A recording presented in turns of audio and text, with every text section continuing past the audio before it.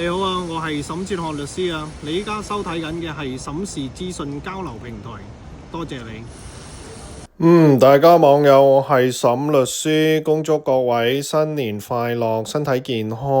咁呢就上個星期啊，有一位美國人叫做 Alex Honnold 成功攀登咗呢一個台北101嘅高樓大廈，咁就冇用到任何嘅保護措施，咁係第一個咧徒手攀登咗呢個大廈嘅人啦。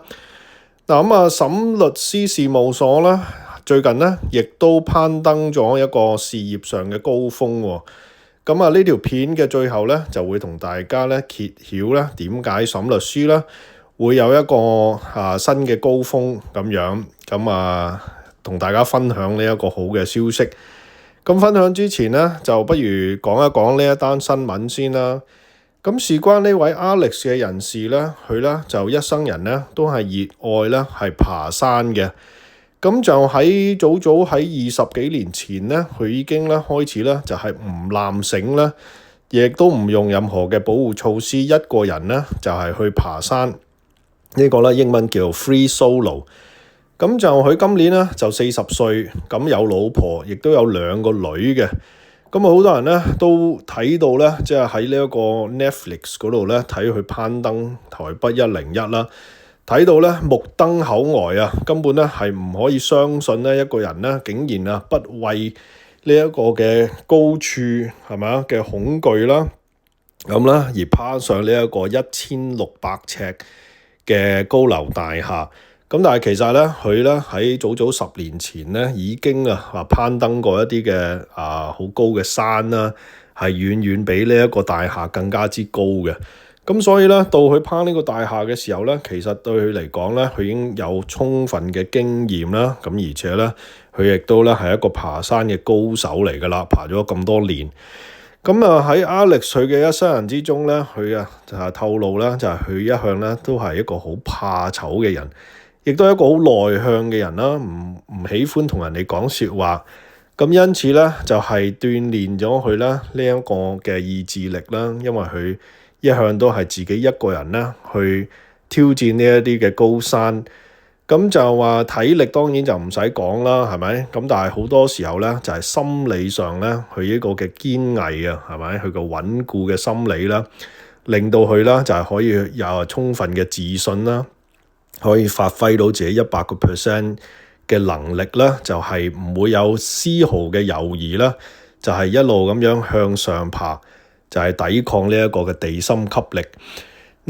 根據呢個榮格嘅心理學家咧，就分析我哋人咧係有分2種人嘅，一咧就係一種內向嘅人，另外一種咧就係外向。OK， 所謂嘅 introvert 同埋 extrovert。introvert 咧，好明顯地呢個 Alex 係一個 introvert 咧，一個內向嘅人咧，就係向內發展嘅。OK，好明顯地咧，即係呢啲高山啊、大廈啊，係唔會喐動噶嘛，係嘛？係堅固喺度。唯一咧可以去克服咧，就係佢喺自己嘅內心嘅世界嗰度咧，就係去增值啦，係咪？就係為自己咧去提高佢嘅能力啦。最緊要就係佢嘅心智能力啦，就係每一日咧都係磨練自己嘅意志能力啊，同埋磨練自己嘅體能啊，去克服呢啲高山大廈咁樣。好明顯地咧 ，Alex 咧就係一個好典型嘅內向人士。好多內向人士咧，其實對佢嘅專注力咧都係相當之強嘅。因為咧佢哋慣咗自己一個人啦，就唔喜歡咧去社交。所以咧，佢哋有好多空間、好多時間咧，就係發展佢哋嘅內心嘅培養呢一啲嘅內功啦，可以咁講啦，係咪？外向嘅人咧，相反地咧，就係花好多時間咧，就係喺外邊嘅世界嗰度喺外邊去增值。OK， 就譬如咧，去發展個社區啊，去培養人與人之間嘅關係啊，係咪？打好關係啊，咁樣。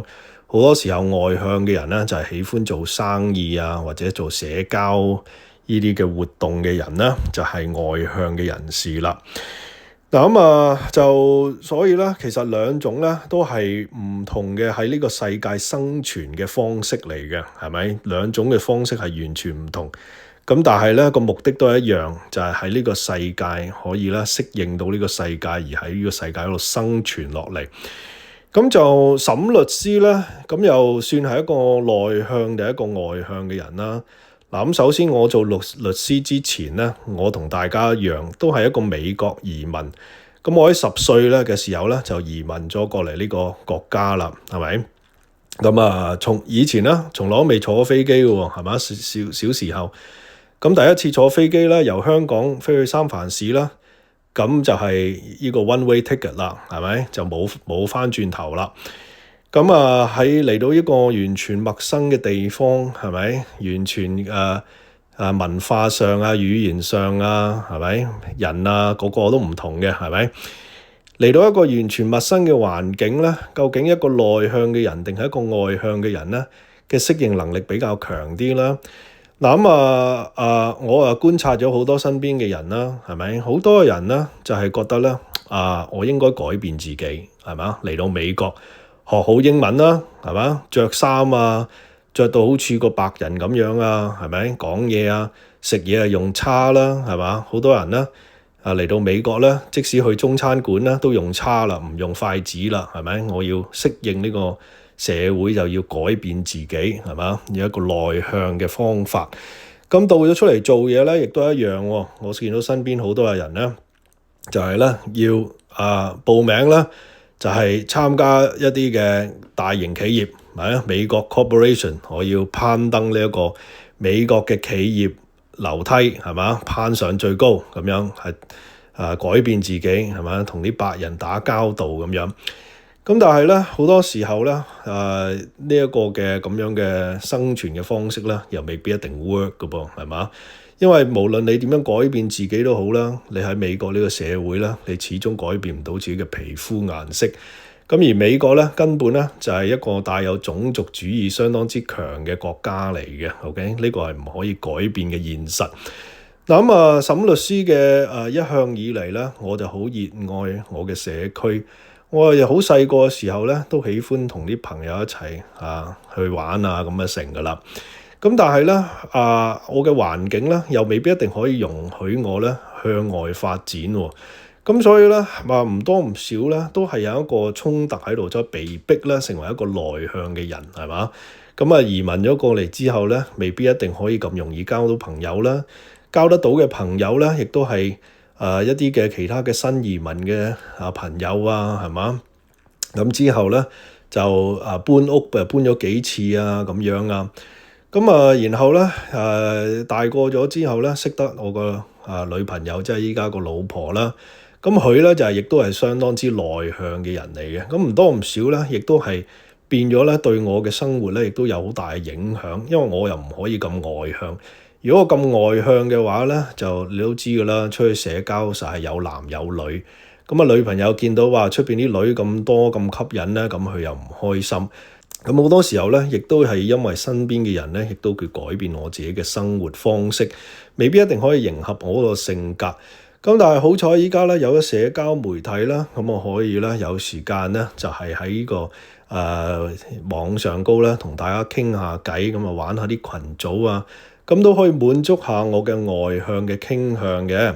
咁但係其實講真，即係話認真啲講啦，沈律師咧喺呢一個灣區嗰度咧，即係當我攞咗律師牌之後啊，講緊係2010年啦，15年前、16年前啦，咁我已經致力咧係去希望貢獻呢一個嘅華人社區。咁事關咧，我就諗到咧比較適合我嘅性格咧，就係我係一個外向嘅人嚟嘅。OK，我喜歡咧就係向外咧就去增值，即係增值我身邊嘅環境。咁與其係改變自己，倒不如咧就去改變呢個社區，令到華人嘅社區更加之強勁，係咪？令到華人可以有一個多一個律師去服務華人講中文嘅，係咪？令到華人可以安居樂業，可以保障到華人嘅法律權利。咁呢個咧就係我嘅方針，係嘛？咁就而且咧，我亦都係好 care 咧，即係話華人嘅生活嘅安全啦。所以出入平安咧，就係對我哋個個人咧都係好重要嘅。咁因此咧，我就做好多車禍嘅案件，就係咧致力咧，就係去為一啲受咗傷嘅人咧，就係爭取最高嘅賠償。咁就話最近咧，嗱我就代表一位75歲嘅年長者，一個華人啦，係咪住喺 Daly City？咁佢就俾一輛車撞到，咁導致到佢腦出血、腦震盪咁樣。咁我成功地咧為佢咧同對方嘅司機嘅保險公司呢個 State Farm 咧爭取咗200萬嘅賠償。咁就話呢一個咧係審律師嘅生涯之中咧最高嘅一個嘅賠償金額啦。嗱咁其實15年做咗律師15年啦，又唔係話真係好大嘅成就啦，即係我比較謙虛些少啦。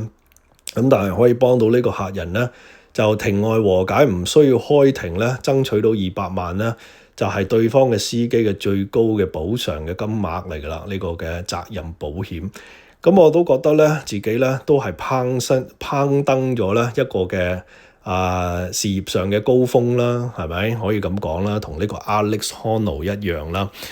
咁所以咧，因此咧，我就即係過去呢個週末咧，都唔知點咁醖釀緊呢個情緒啦。咁點樣同大家分享呢個好嘅消息啦？係咪？即係我又唔係話好似想炫耀自己啊，或者咩成啊。咁但係始終咧係一個事業上嘅一個嘅代表作啦，咁樣。咁亦都希望咧可以繼續咧喺我有生之年咧。作為一位律師咧，幫到更加之多嘅華人，咁都希望將呢一個消息咧，就係傳開去俾多啲人知道。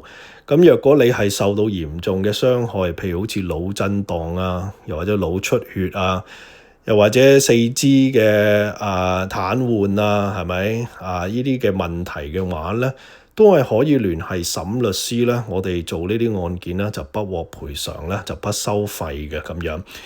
咁所以咧希望可以咧即係話面向下一個高峰啦，可以攀登呢個高峰啦。咁而我攀登呢個高峰咧，係一定要有你哋嘅幫助，因為我係一個外向嘅人嚟嘅 ，OK， 我係一個社交群體嘅人嚟嘅，係要有你哋嘅支持，係咪？同埋你哋嘅信任，好冇？可以去同大家去講沈律師係一個好嘅律師咁樣。咁咧，我嘅事業咧，先至可以繼續咧去向上爬。咁係啦，新年期間咧，就希望大家都可以享受一個美好嘅馬年啦，係咪？咁就馬到功成，係嘛？就龍馬精神，馬力全開咁樣，好唔好啊？恭喜恭喜！好啦，下次再同大家傾偈啦，再見。